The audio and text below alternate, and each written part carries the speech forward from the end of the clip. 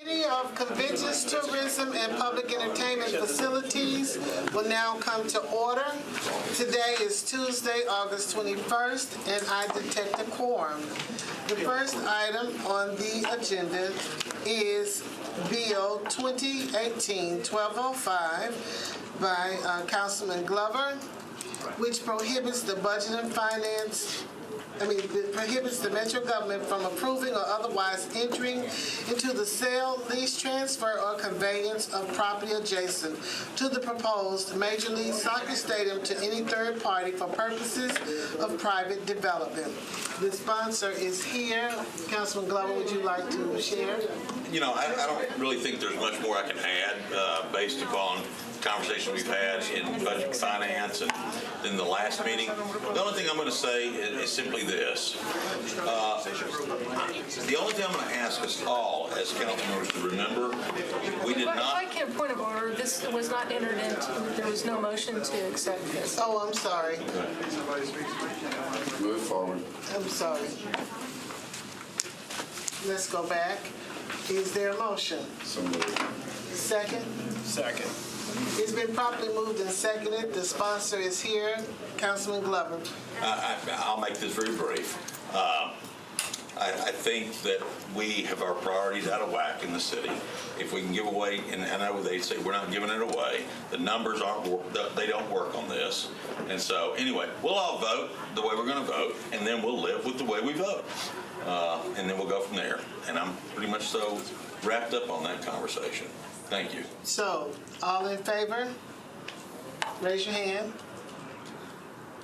All opposed? Any? Not voting. Okay, so there's 1 for, 2 against, and 2 not voting. So the motion fails. All right, thanks.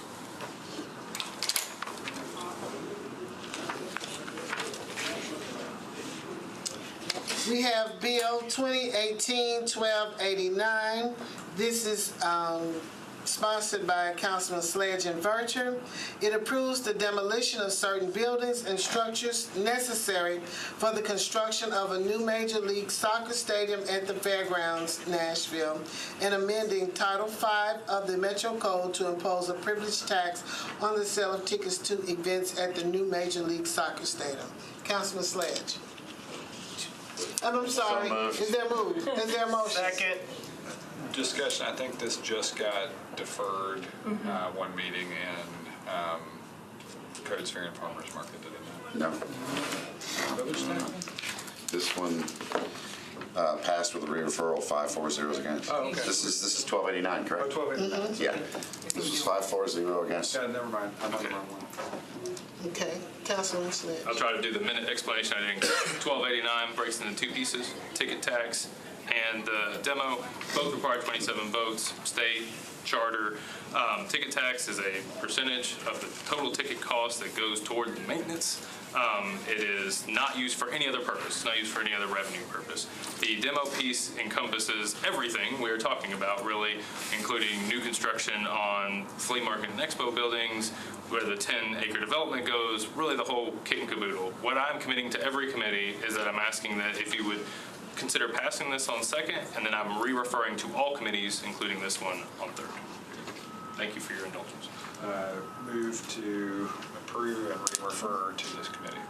Second. Okay, wait a minute now. We had one motion on the Oh, did we? floor, I'm sorry. and that motion was to approve, correct?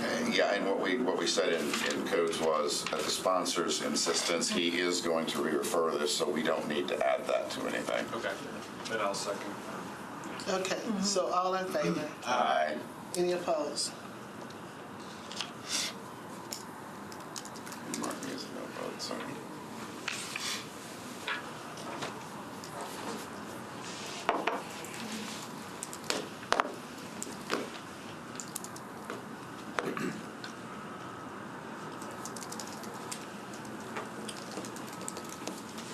Okay, Bill 2018-1293.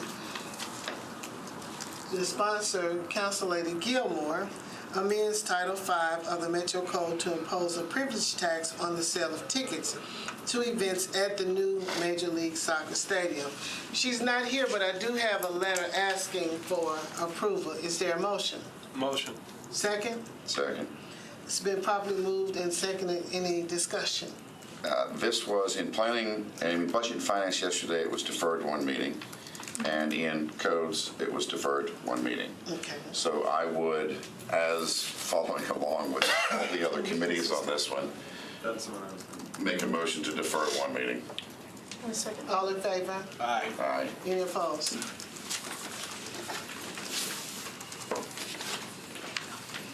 Are you voting on this one? Yep. That's a deferral. Okay. And this is the last one, 2018-1296, sponsored by Virtue, Rowley, and O'Connell. Approves a revocable license agreement between the Metro Board of Parks and Recreation and GLOCO, LLC, for the use of Riverfront Park and Ascend Amphitheater. Move approval. Second. Second. It's been properly moved and seconded. And then discussion. I'll just add that the company in question has done the rounds and in fact met with Urban Residents Association this afternoon, and I think has been an ongoing conversation with Parks. So I feel confident that they'll deliver a great event and should be a nice amenity for not just downtown, but all of Nashville. Chair, if I can, we also discussed this in Parks and Arts, and unanimously approved after some discussion clarifying that the bike and walkways would be accessible, and that the vendors that will be used will be local, and that there will be hot chocolate available. So I just wanted to make sure that everybody Of course. knew that. It's important. Is Chief Anderson serving? As well as snow cones, I would imagine. It's only a holiday season event. I want to know if Chief Still, it's a Anderson's snowball. Okay, so, Snowball cone. What, can I ask a question? Sure. What is this? Oh, It's we like, can, I'll take it. Hi, I'm Chris Stacy. I'm the CEO of GLOCO, and this is my partner, Aaron Clark. Some of you may have met along the way as well. Short version is, it is a walk-through holiday experience. So imagine the Ascend Amphitheater filled with millions of lights. It'll be a ticketed event, very family-friendly, Christmas lights, music, concessions, holiday market, ice skating, all bundled into the Ascend Amphitheater, and hopefully it'll be an event that will make Nashville proud. do you Cool, do thank this you. anywhere else? So we do not, no. I do other events in other places, big music concerts mostly, but this is our first holiday event. So how long is this? Non-denominational. How long is the license? I mean, it's for one year, or it's recurring every year? 6 years. We've mirrored it with the, you want to take it? I'm Yeah, sorry. I'm sorry, go ahead. It's concurrent with the remaining years on the Live Nation agreement. So there's 6 remaining years that would run It basically concurrently. tracks with. But if you don't like us, you can kind of kick us out So you- after the first year if you want. And so the period of time that the GLOW event would be going on is a period of time that Live Nation does not book concerts or Yeah. book events. So their season is from April to October. It basically gives us a window to revenue in the off-season and creates an experience that people would be able to enjoy in the portion of the park that is generally underused in the winter season. I do have a question. Yes. You had said that it was going to be basically Thanksgiving to end of year, but of course our New Year's Eve celebration is pretty massive. In what way are you collaborating with the CVC or getting the heck out of the way? One of the So we met with Butch from the CVB. He's generally supportive of the idea, and we don't have an CVC. Sorry. Yeah. Used to be CVV. Right. We don't have an exact plan, but we've told him what we plan to do and basically said, let's figure out a way to work together so Okay. everybody wins. That's our final line of business. Yeah. So there's several ideas being floated. Nothing is locked yet, but we're certainly in communication. The council lady the last few years, and I assume they're going to continue this, they have moved that main event Right. down to Bicentennial Mall. So I think it's nice to have something still on the river. I do too, and I think the merchants Yeah. also appreciate this. Absolutely. Yeah. Well, the question that I always have is, what about your minority participation in what it is that you're doing, and if there are jobs that's going to be associated with this event that you have going on, and I'm interested in that demographic. Sure. I'm not sure I have a great answer for that one, other than we absolutely will employ all segments of the population across the board. I mean, there's going to be hundreds of jobs created from this event, doing security, doing ticket takers. I mean, we're going to basically probably have a pretty similar footprint to what happens at a live show at that venue. So I would imagine that the social makeup of that group would be similar to what happens at an existing concert. So what kind of track record do you have at other events that you've had in terms of your demographics? Because that typically gives an idea of what you will do in the future based on what you've done in the past. Thinking out loud here, I don't know that I know the specific answers of that, to be honest with you. I mean, I know that we employ hundreds of people when we come to town and put events on. The other event that we produce is a large-scale music concert in Fort Lauderdale, and we create something like $50 million of economic impact annually for the city, and that would range from all sorts of positions, management positions within the company, stage hands, lighting technicians, vendors, security, concessions. I don't have a specific... The 3 weeks is set up at Tortuga. There's 300, 400 employees, and it's a very diverse segment of the local population there coming to work on setting up the event, the venue, the whole thing.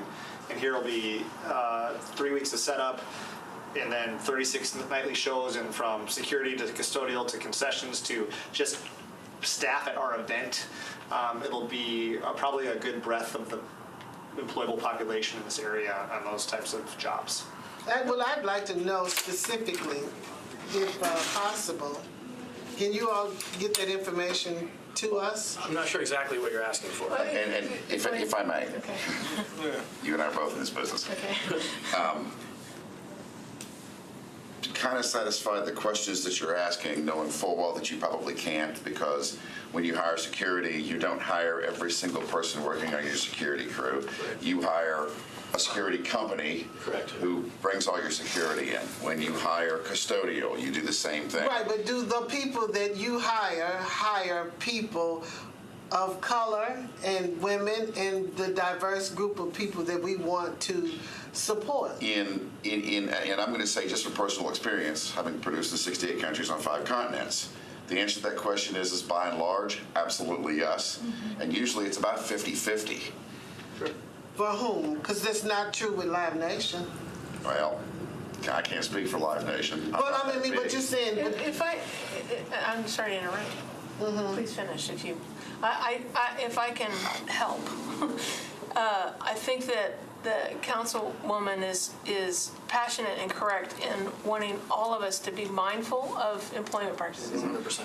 This agreement is renewable on an annual basis. Correct.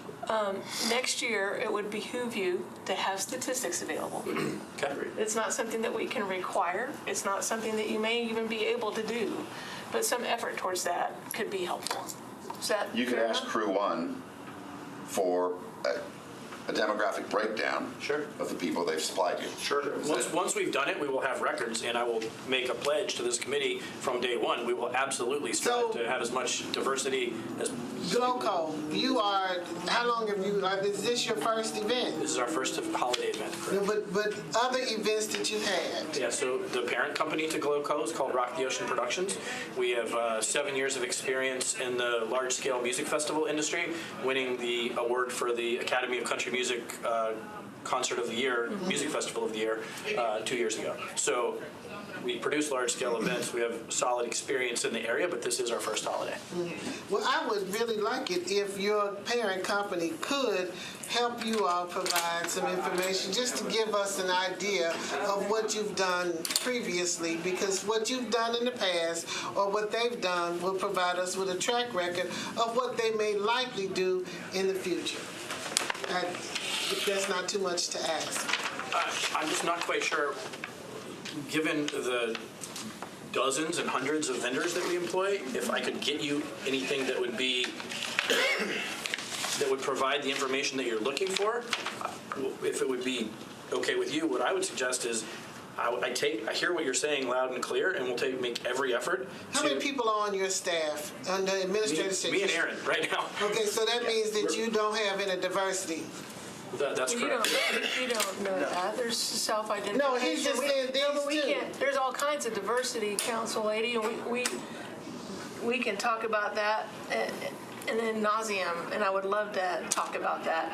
But it's inappropriate to assume diversity based on skin color alone. No, I'm not So- skin color, so but there are two males here, so I'm looking at the fact that there are not any women as well. I appreciate your passion on this, and I think that the vendor is making best efforts to be able to supply the information. And there's some EEOC regulations that might not even allow them to ask certain questions that we can make public.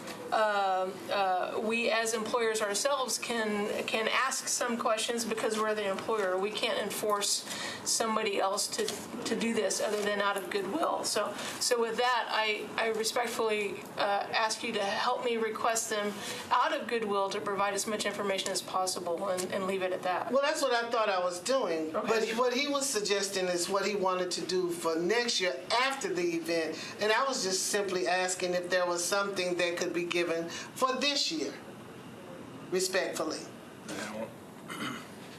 It's just hard to gather that information. It's in a different state. It's in a different, completely different demographic makeup. It's a completely different operation than this one.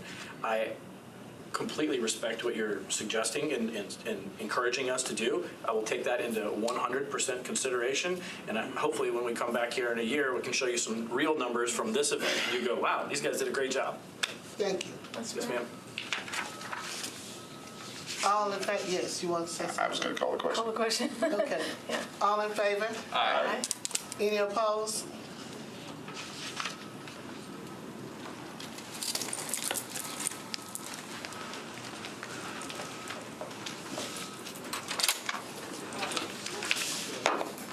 That's it. Thank you very much.